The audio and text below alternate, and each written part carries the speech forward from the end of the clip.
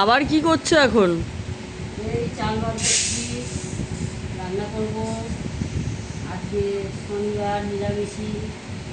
আজকে ঝিঙে আলু পোস্ত হবে, ফুলকপি আলু সোয়াবিন দিয়ে তরকারি হবে, আর উচ্ছে আলু ভাজা হবে।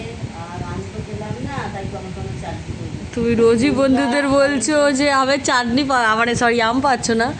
বন্ধুরা ভাববে যে যে আন্টি রোজই পায় না। তো বন্ধুরা যদি আপনারা খেতে ইচ্ছুক হন তাহলে আমাদের বাড়ি চলে আসবে।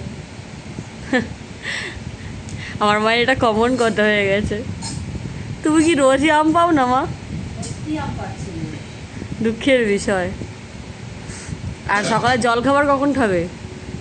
এই খাবো এখন। আজকে অনেক দেরি হয়ে গেল বলো। দেখা হচ্ছে নতুন ভিডিওতে, তাই তো? একটু বলে দাও সবাইকে।